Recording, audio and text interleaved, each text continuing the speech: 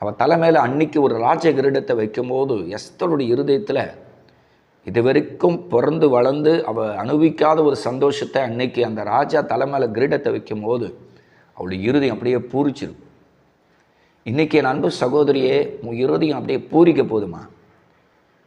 அகஸ்வேரு ராஜாவே எஸ்தர் மேலே அன்பு வச்சு ராஜ கிரீடத்தை அவள் தலை மேலே வச்சு அவளை ப்ளஸ் பண்ணும்போது, நீ ஆராதிக்கிற தேவன் உன்னை சந்தோஷப்படுத்தாமல் உன் அப்பா கைவிடுவாராம்மா? உனக்காக பைபிள் எவ்வளோ கிரீடங்கள் ஆண்டவர் வச்சுருக்கிறார். ஒவ்வொன்றா சொல்லட்டுங்களா? நிறைய கிரீடங்கள் பைபிளில் இருக்குது. ஜீவ கிரீடம், வாடாத கிரீடம், மகிமின் கிரீடம் அப்படின்னு சொல்லிக்கினே போகலாம். எத்தனையோ கிரீடத்தை பற்றி பைபிளில் பல இடங்களில் சத்தியம் எழுதப்பட்டிருக்கு. அப்படி இருக்கும்போது கடன் சுமையினால் இன்றைக்கி ரொம்ப பாதிக்கப்பட்டு கண்ணீரோடு, கவலையோடு, வேதனையோடு, பிரச்சனைகளோடு, உபத்திரத்தோடு, பயங்கர கட்டுகளோடு நீங்கள் இருக்கிறீங்க. ஆண்டவர் மனதுருகி உங்கள் வாழ்க்கையை ஆண்டவர் சரித்திரமாக ஆண்டவர் மாற்ற போகிறார். மேலும் இந்த ரூத்தையும் கவனிங்க, எஸ்தரும் கவனிங்க. சாதாரண நிலைமையில் இருந்தவங்க, வறுமை கோட்டு கீழே இருந்தவங்க, ஒன்றுமே இல்லை. அதுதான் சொன்ன, எஸ்தரை விட இன்னும் கீழ்மட்டத்தில் ரூத் இருக்கிறார். ஆனால் அப்பா கைவிட்டாராம்மா?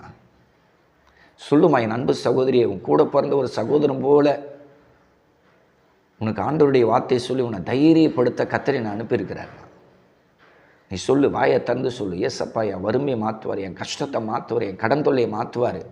₹1 கூட நான் வட்டி கட்ட மாட்டேன், லோன் கட்ட மாட்டேன், அந்த இஎம்ஐ பக்கம் போக மாட்டேன், மகளிர் குழுவில் போய் நான் சேர மாட்டேன். எல்லாத்திலேருந்து ஆண்டவர் எனக்கு விடுதலை தருவார். கடத்திலேருந்து அப்பா எனக்கு பரிபூர்ணமான விடுதலை தருவார். என்னை வச்சு அப்பா ஒரு சரித்திரம் எழுதுவார். என்னை அப்பா பிளஸ் பண்ணுவார். என் வறுமை மாறும். என்னை ரூத்து எஸ்தர் போல ஆண்டவர் உயர்த்துவார் என்கிற விசுவாச அறிக்கை யார்கிட்ட வருதோ அவங்களுக்கு தான் ஆண்டவர் அதிசயங்களை பண்ணுவார்.